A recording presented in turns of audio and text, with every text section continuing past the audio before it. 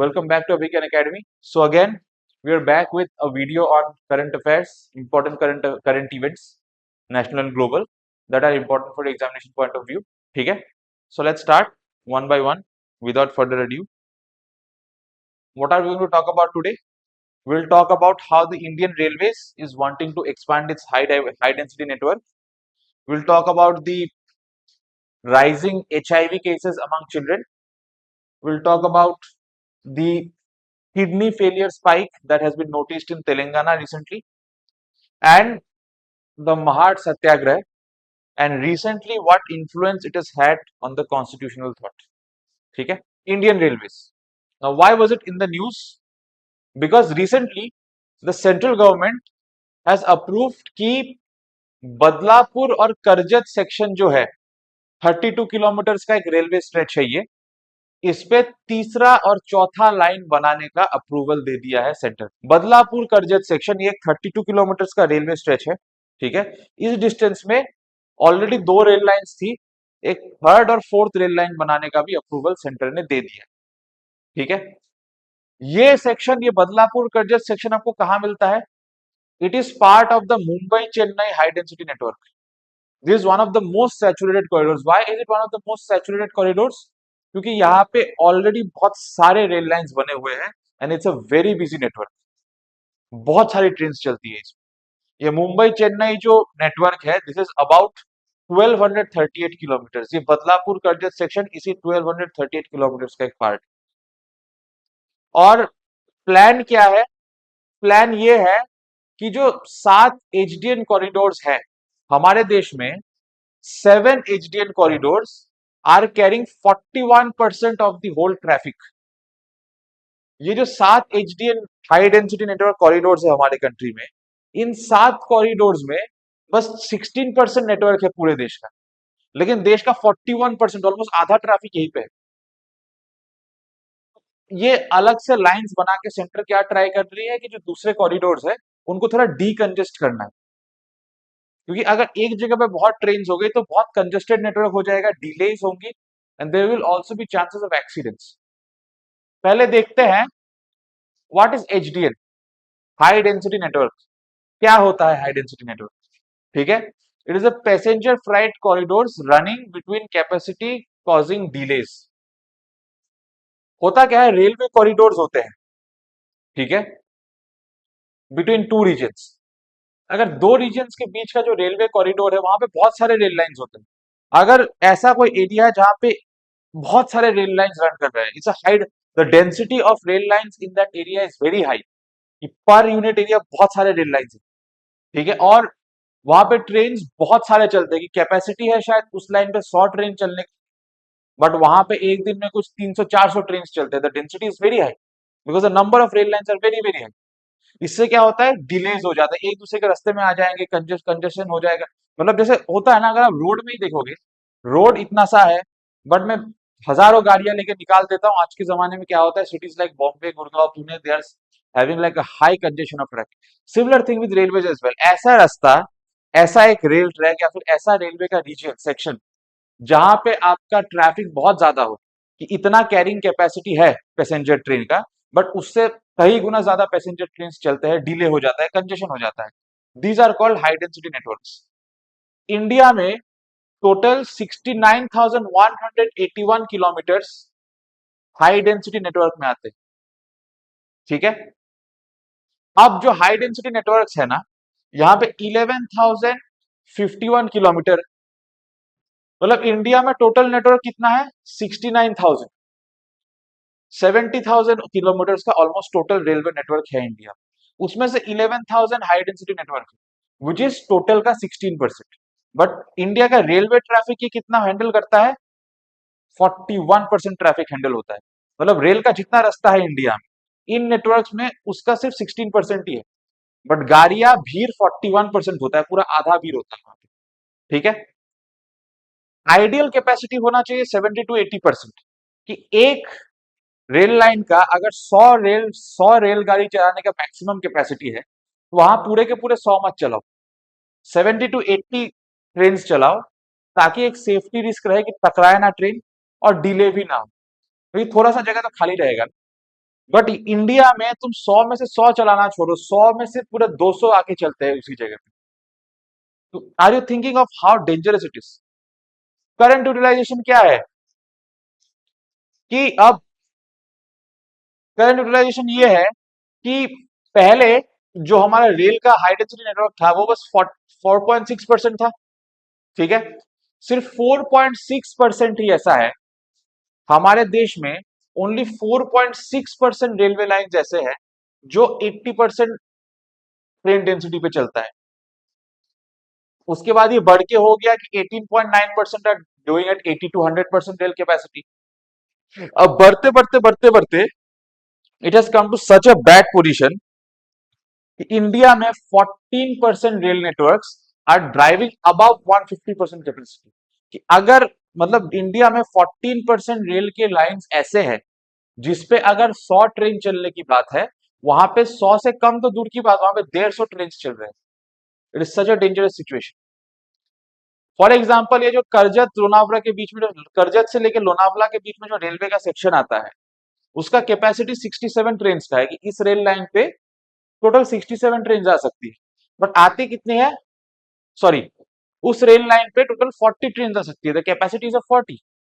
करजत लोनावला के बीच का जो रेलवे सेक्शन है वहां पे लाइंस इतने ही है कि 40 ट्रेन से अकोमोडेट हो सकते हैं।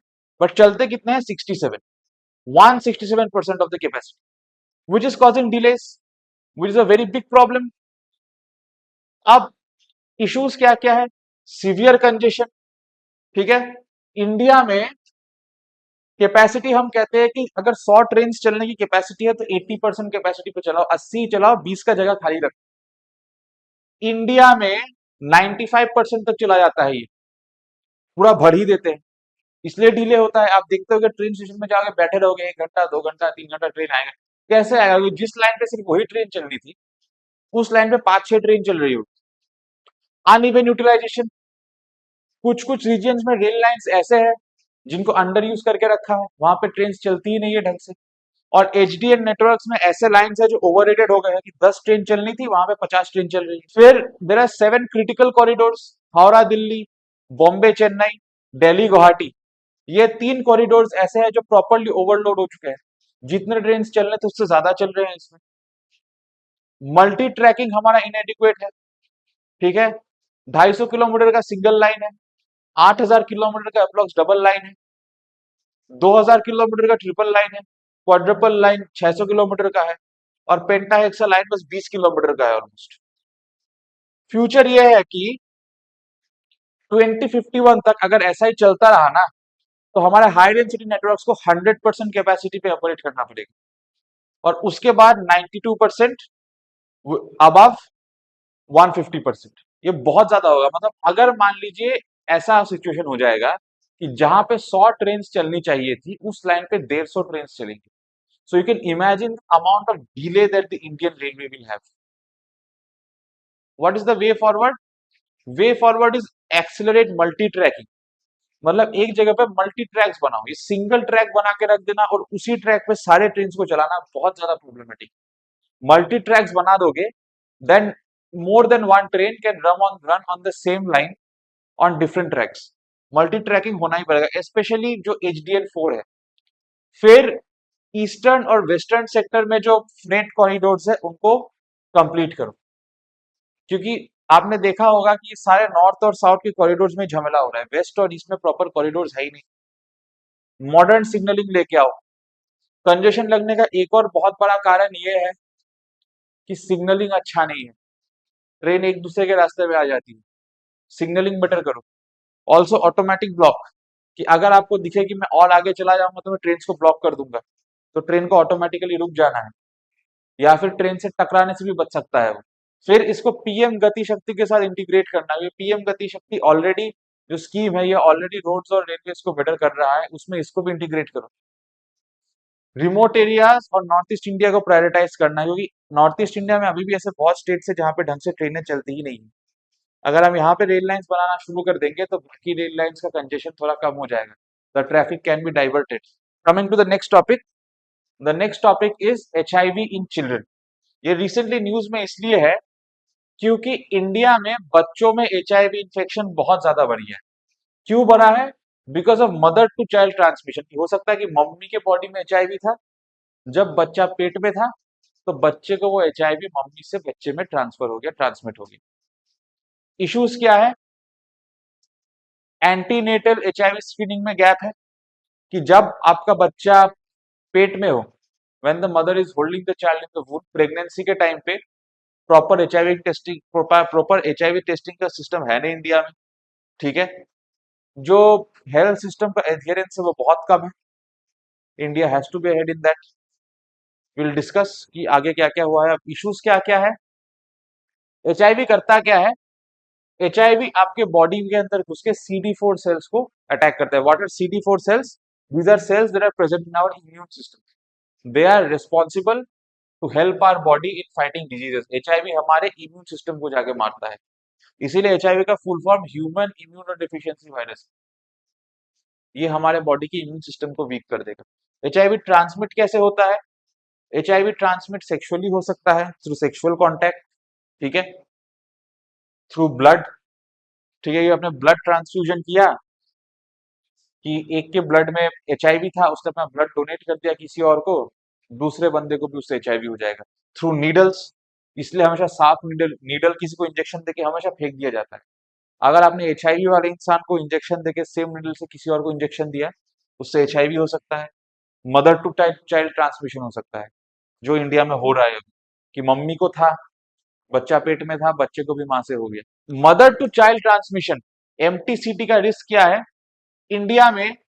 एमटीसीटी का रिस्क अराउंड 15% टू 45%। लेकिन अगर सेफ डिलीवरी होगा, ठीक है, और ट्रांसमिशन का पहले से टेस्ट हो जाएगा कि मां में है या नहीं एचआईवी, तो फिर ये एमटीसीटी के चांसेस 5% से भी कम हो जाते हैं। नेशनल रिस्पॉन्स क्या है? नेशनल रिस्पॉन्स ये है कि NACP, PPTCT, these are test.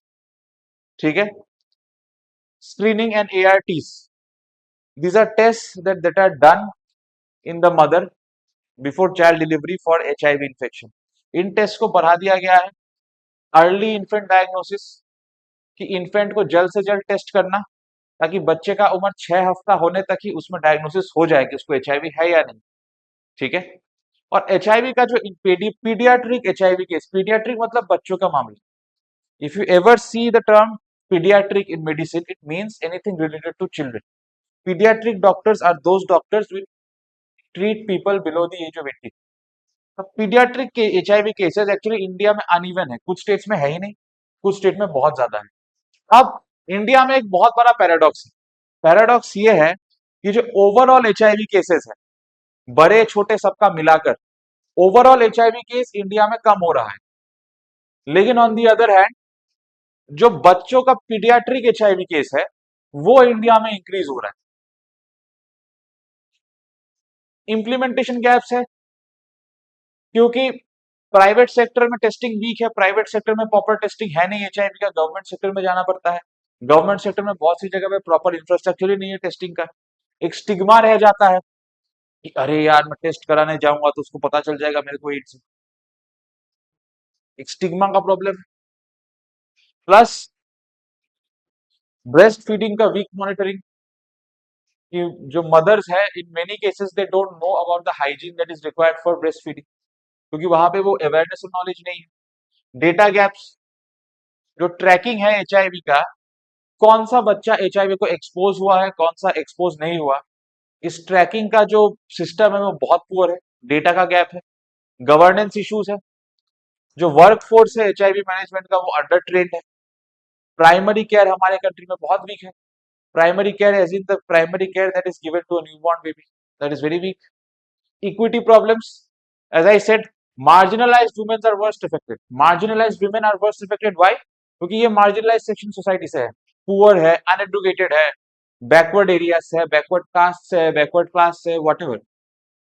These women they don't have the education and the awareness to know कि इसको अवॉइड कैसे किया जाए या फिर इसको डिटेक्ट कैसे किया जाए इन द फर्स्ट प्लेस। उनको एचआईवी के सिम्टम्स भी आ जाते हैं तो उनको पता नहीं चलता कि उनको डॉक्टर के पास जाना चाहिए। Way forward, as I said, antenatal HIV screening. कि बच्चा पैदा होने के पहले जब मम्मी प्रेग्नेंट है तो उसको उनको टेस्ट किया जाए। बच्चा पैदा होते ही विद इन 6 वीक्स ही शुड बी टेस्टेड और she should be tested and diagnosed. Proper ART adherence, testing adherence, ठीक है, एंड काउंसलिंग। लोगों को ये समझना पड़ेगा कि यार एचआईवी कोई शर्म की बात नहीं है, अब हो गया तो हो गया।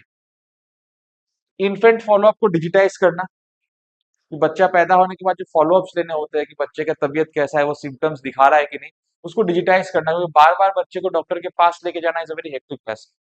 डिजिटाइज कर दोगे तो डिजिटली अपडेट हो सकता है पूरा रिकॉर्ड। पीपीटीसीटी को इम्यूनाइजेशन के साथ इंटीग्रेट करो। जो एड्स टेस्ट वगैरह है, बच्चे को पोलियो इम्यूनाइजेशन होता है पैदा होते ही, उसके साथ इसको इंक्लूड करो और न्यूट्रिशन प्रॉपर दो। स्टिग्मा को कॉम्बैट करो। ये जो स्टिग्मा है कि यार शर्म आता है किसी को बोलने में, क्या पता मेरे को एड्स हो, छी छी, वो stigma should be taken out. Male partners को इन्वॉल्व करो। टेल द मेल्स कि to encourage their wives to go and test. Tell the males to counsel their wives. This is not something wrong. You should go ahead and test yourself. और private hospitals में reporting mandatory कर देना कि government में तो automatically data में चला जाता है वो सरकार के, प्राइवेट हॉस्पिटल्स को भी रिपोर्टिंग मैंडेटरी करना कि आपको ये केस आया तो इमीडिएटली उसको रिपोर्ट करिए। ठीक है, coming to the next news now. CKD rise in Telangana. What is CKD? CKD is chronic kidney disease.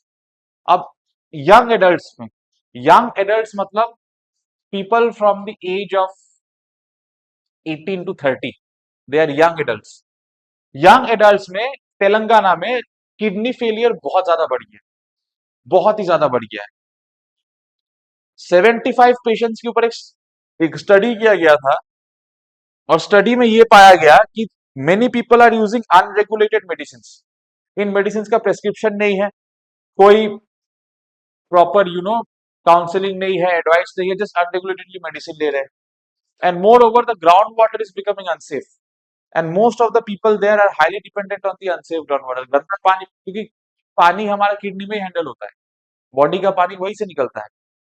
अब खराब पानी पियेंगे तो किडनी खराब होगा ही। अब सीकेडी है क्या? CKD is a progressive irreversible kidney loss. CKD हो गया मतलब ये प्रोग्रेसिव है, आगे धीरे धीरे धीरे धीरे खराब होता रहेगा और इरिवर्सिबल है, ये ठीक नहीं हो सकता। किडनी खराब हो गया मतलब हो गया। रिस्क फैक्टर क्या है? जिन लोगों को डायबिटीज होता है, हाइपरटेंशन होता है, मोटापा होता है, these people are at a risk of CKD। अब लेकिन तेलंगाना में चीज ये है कि तेलंगाना में जो पेशेंट्स है ना, तेलंगाना में मोस्ट ऑफ द पेशेंट्स, इनको ये बीमारी है ही नहीं। ये जो रिस्क फैक्टर्स है डायबिटीज के, हाई प्रेशर, ओबेसिटी, डायबिटीज, ये सब है ही नहीं, फिर भी उनको ज्यादा ज्यादा करके सीकेडी हो रहा है। ये सिमिलर सीकेडी का पैटर्न सिर्फ तेलंगाना में नहीं मिला है, ये सब सिमिलर पैटर्न हमें देखने को मिला है आंध्र प्रदेश में, श्रीलंका में। Andhra Pradesh was earlier with Telangana only, and similar thing has been noticed in Central America as well. Issues क्या क्या है? लोग अनरेगुलेटेड मेडिसिन ले लेते हैं, कुछ भी पाउडर लगा लेंगे, खा लेंगे, कोई भी अनलेबल ड्रग ले लेंगे, किसी को देके बोल दिया कि, या फिर कोई भी इंजेक्शन ले लेंगे। ये पेन किलर्स, दर्द होते ही लोग बिना सोचे समझे, बिना किसी ट्रीटमेंट के सीधा पेन किलर खा लेते हैं, विदाउट नोइंग द फैक्ट कि पेन किलर आपकी किडनी को एकदम से निचोड़ के खराब कर सकता है। लैक ऑफ प्रेस्क्रिप्शन, कोई मेडिकल ट्रेसेबिलिटी नहीं होता। उस आदमी को ये एडवाइस किससे मिला या वो मेडिसिन वो लाया कहां से, कुछ नहीं पता, बस बीमार हुए चले गए, खुद ही डॉक्टर बन गए, चले गए लेने। ठीक है, मैनी हैव हाइपर यूरिसेमिया। हाइपर यूरिसेमिया मतलब कि यूरिया प्रोडक्शन बहुत बढ़ गया है बॉडी में, urea content has become very high. कुछ कुछ लोगों का तो सीकेडी स्टेज 5 में चला गया है कि अब बस मौत ही बचा है, या तो डायलिसिस या किडनी डोनेशन लो किसी से, या तो मौत। ज्योग्राफिकल क्लस्टर कैसा है? ये जो केसेस आ रहे हैं ना यंग एडल्ट्स में, 42.7% cases are coming from Hyderabad, 10% are coming from Rangareddy. अब ये होता है कि भाई ये जो क्वैक्स और हर्बल ड्रग्स होते हैं कुछ कुछ, उसका कोई प्रॉपर रेगुलेशन नहीं है, किसी ने बोल दिया ये खा लो, ये हो जाएगा, वो हो जाएगा, खा लेते हैं लोग। वे फॉरवर्ड अनक्वालिफाइड प्रैक्टिशनर्स को पे क्रैकडाउन डालना। ये जो डॉक्टर्स होते हैं, अनक्वालिफाइड प्रैक्टिशनर्स होते हैं, कुछ भी आप बोलोगे आपको कोई भी मेडिसिन धरा देंगे, वो खा के किडनी खराब हो जाती है। इन लोगों को पे क्रैकडाउन करना। Environmental surveillance, water soil quality को देख के रखना, तो खराब क्वालिटी का पानी पियेंगे तो किडनी खराब होगा। सीकेडी के रजिस्ट्रीज मेंटेन करना, कोहॉर्ट, कोहॉर्ट मींस जो ग्रुप्स है जिनको सीकेडी हो रहा है उसको स्टडी करो, उसका रजिस्ट्री मेंटेन करो to understand the pattern even better. Community awareness, लोगों पे अवेयरनेस दो, कम्युनिटी में लोगों को समझाओ कि यार दीज आर द सिम्टम्स, अगर किसी को सिम्टम्स आ रहा है अर्ली स्क्रीनिंग करा लो ताकि पहले स्टेज में उसको रोका जा सके। रिवर्सिबल तो नहीं है, जितना खराब हो गया तो हो गया, बट आगे बढ़ने से रोक सकते हो उसको, the progression can be stopped. या फिर उनको अवेयर कराओ कि ये चीज अवॉइड करो, अगर ये करोगे तो सीकेडी हो सकता है, काफी दर्दनाक दर्दनाक मौत का डर दिखाओ। अगर लोग ऐसे बात ना माने तो best thing is to tell them कि काफी दर्दनाक मौत होगी if you don't stop it. Also medical councils को स्ट्रेंथन करना, एविडेंस बेस्ड आयुष मतलब आयुर्वेदिक ट्रीटमेंट, ठीक है। Now coming to the next topic, the Mahad Satyagraha. What is the Mahad Satyagraha? Mahad Maharashtra में एक जगह है जहां पे डॉक्टर बी आर अम्बेडकर ने इन द ईयर 1927 ही raised a civil rights movement in this place, ठीक है। ये यहाँ पे हुआ क्या था, छोटे जाति के लोगों को पब्लिक वाटर का एक्सेस नहीं था, एंड कुछ लोग मनुस्मृति के नाम पे छोटे जाति के साथ भेदभाव करते थे। So as a response to that, public water places में पब्लिक उन जगह पे छोटे जाति के लोगों को एक्सेस देना या फिर मनुस्मृति को जलाना, these were the key events link to this Satyagraha. और इसका एक आज के जमाने में जो संविधान का मोरालिटी है इस पे इस सत्याग्रह का एक बहुत स्ट्रॉन्ग इन्फ्लुएंस है। हुआ कब था, 19 टू 20 मार्च 1927 पे को ये सत्याग्रह ऑर्गेनाइज किया था डॉक्टर बी आर अम्बेडकर ने।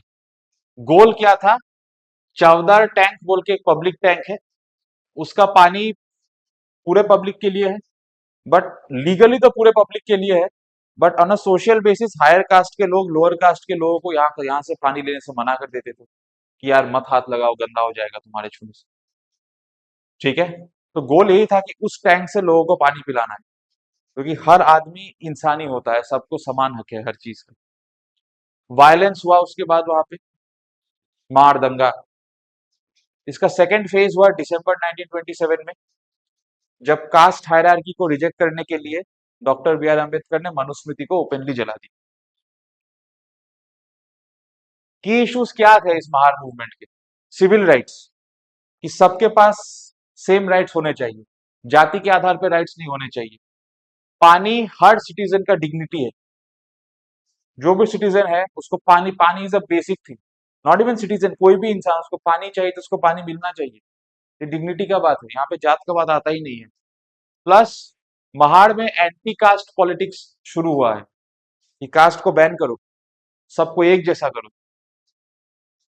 इस चीज का हमारे फंडामेंटल राइट्स पे असर पड़ा है। Fundamental rights are based on this article 15, DPSPs are based on things like this कि सबको इक्वली ट्रीट करो। अनटचेबिलिटी यहीं पे था, article 17 abolish untouchability, article 14 and 15, again 15 no discrimination, 14 talks about equality. Legacy बहुत बड़ा है because this thing is help in recognizing the morality of the constitution of our country. अब वे फॉरवर्ड क्या है कि इसी चीज को आगे लेके जाना है, जो अवेयरनेस इक्वालिटी फ्रेटर्निटी को लेके फैलाना है कि सब भाई भाई हो, सब एक ही हो। Civic education to educate people on the social stigmas कि no man, everything is the same, there is no difference between you and me. Then Mahad को as a democratic memory site preserve करके रखना, क्योंकि ये एक ऐसा जगह है जहां इक्वालिटी की लड़ाई लड़ी गई थी उस जमाने में, कि सब एक जैसे। एंड एंटी डिस्क्रिमिनेशन को और स्ट्रांगली इंप्लीमेंट करना देश में, ताकि डिस्क्रिमिनेशन जो होता है based on caste specially in India, this should be stopped. So that is it for today. I hope it was a helpful session. Have a great day ahead. Goodbye everyone. We'll see you again in the next video. Jai Hind.